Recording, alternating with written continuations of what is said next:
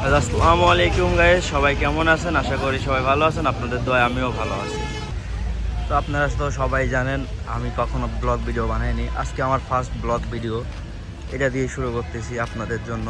ইউটিউবে এবং ফেসবুকে এখন থেকে প্রতিনিয়ত বাংলাদেশের সবথেকে ভাইরাল প্লেসের যেসব ব্লগ ভিডিও আপনারা দেখবেন। আশা করি সবাই সাপোর্ট করবেন। আর আজকে আমি আপনাদেরকে দেখাবো হচ্ছে বাংলাদেশ জাতীয় স্মৃতিসৌধের কিছু দৃশ্য বা কিছু প্লেস। আপনারা যারা এখন পর্যন্ত এটা দেখেননি, আমার ভিডিওর মাঝখানে দেখতে পারবেন। আপনারা ইতিমধ্যে জাতীয় স্মৃতিসৌধের গেট বা নোটিশ বোর্ড দেখতে পাচ্ছেন। এখন দেখতে পারবেন কিছু ফুল গাছ। আপনাদেরকে আগে গিয়ে আরও অনেক কিছু দেখাবো। তো কথা হচ্ছে এটা, আপনারা আমাকে যে পরিমাণ ভালোবাসা দিচ্ছেন এতে আমি শিহরিত। কারণ আপনারা ইউটিউবে আমাকে প্রচুর পরিমাণ সাবস্ক্রাইবার করতেছেন, প্লাস ফেসবুক পেজে অনেকগুলা ফলোয়ার চলে আসছে, যা আমার জন্য অনেক বড়। খুব অল্প সময়ের মধ্যে ফেসবুকে 5,000 প্লাস হয়ে গেছে, যার কারণে আমি ব্লগ ভিডিও বানানো শুরু করতেছি। তো আপনাদেরকে আগে গিয়ে আমি সব কিছুই দেখাবো, আপনারা দেখতে থাকেন এবং উপভোগ করতে থাকেন। আর যারা এখনও ভিডিওটা লাইক করেননি, লাইক করে কমেন্ট করে শেয়ার করে দিবেন। যারা এখনও দেখে নাই স্মৃতিসৌধটা, তারা দেখবে। চলুন শুরু করা যাক।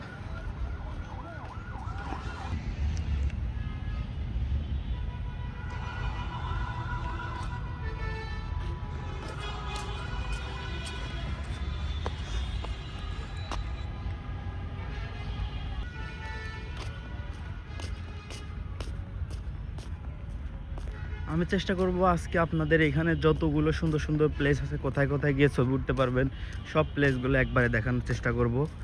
দেখতে থাকুন ভিডিওর লাস্ট পর্যন্ত।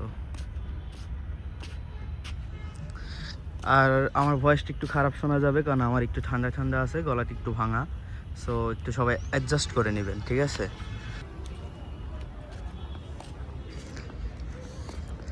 আপনারা সব থেকে সুন্দর ছবি এখান থেকে পাবেন, সেটা হচ্ছে স্মৃতিসৌধের একদম সামনাসামনি। এটা আপনাদের নিতে হলে সকালবেলা আসতে হবে, দুপুরে রোদ উঠে গেলে এখানে ছবিটা এত ভালো আসে না। কারণ স্মৃতিসৌধের পিছনে কোনো জায়গা নেই যেখান থেকে সূর্যের অপোজিট থেকে আপনারা পিক নিতে পারেন, কিন্তু আপনাদের এখান থেকে নিতে হবে। এই জায়গাটা আসলেই অনেক সুন্দর, আপনারা দেখতেই পাচ্ছেন। এটা হচ্ছে মেইন গেট, এইটা একটা, এইটা দিয়ে আপনারা ঢুকতে পারবেন না, এটা দিয়ে ঢুকতে পারবেন সব সময়। এইখানে সব থেকে বেটার অপশন তাদের জন্য যারা ফুল ভালোবাসেন। আসলে আমি নিজেও জানি না এগুলা কি ফুল, এখানে এত পরিমাণ ফুল আছে এত রকমের, যা বলার বাইরে।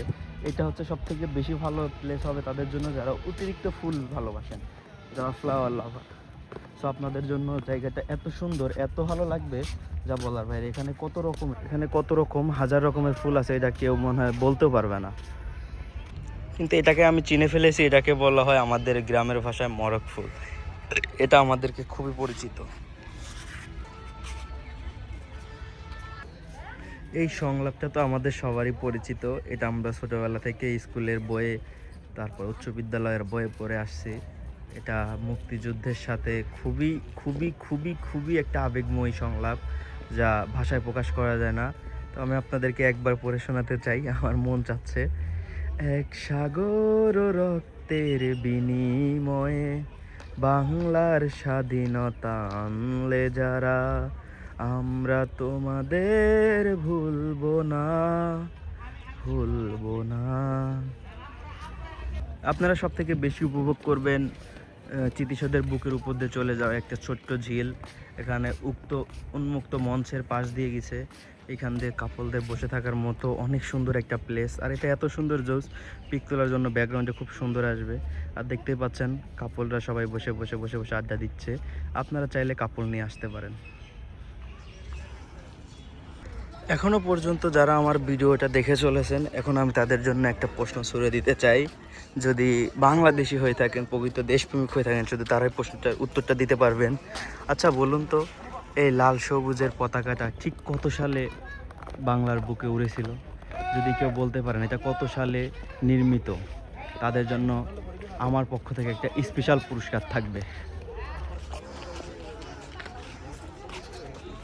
আমি খুবই দুঃখিত, আপনাদের দেখানোর জন্য হচ্ছে আমার কবরের ভিডিওটা নিতে হচ্ছে। এখানে হচ্ছে অজ্ঞাতনামা শহীদদের কবর। এখানে আসলে আপনি শহীদদের কবরও দেখতে পারবেন, আপনি জিয়ারত করতে পারবেন, আপনি তাদের সম্মান জানাতে পারবেন। এই সিরিয়ালে কয়েকটা কবর আছে, এগুলো আপনারা দেখতে পাচ্ছেন। আপনাদের জন্য ভিডিওটা করা লাগলো, আমি খুবই দুঃখিত। যা আল্লাহর কাছে আমি ক্ষমা প্রার্থী।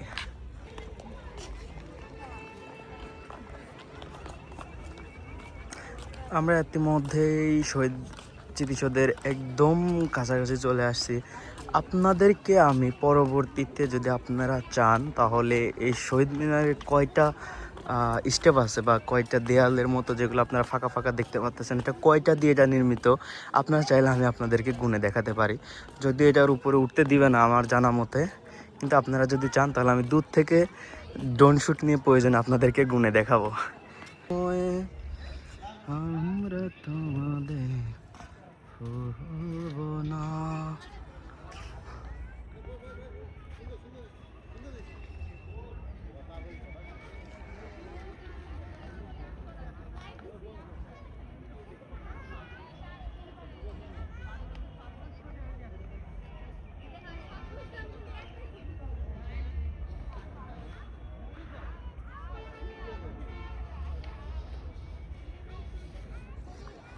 শেষ পর্যায়ে আমি মনে করছি আর ভিডিওটা লং করা যাবে না, তাই আমি আমাকে রিভিল করে দিলাম।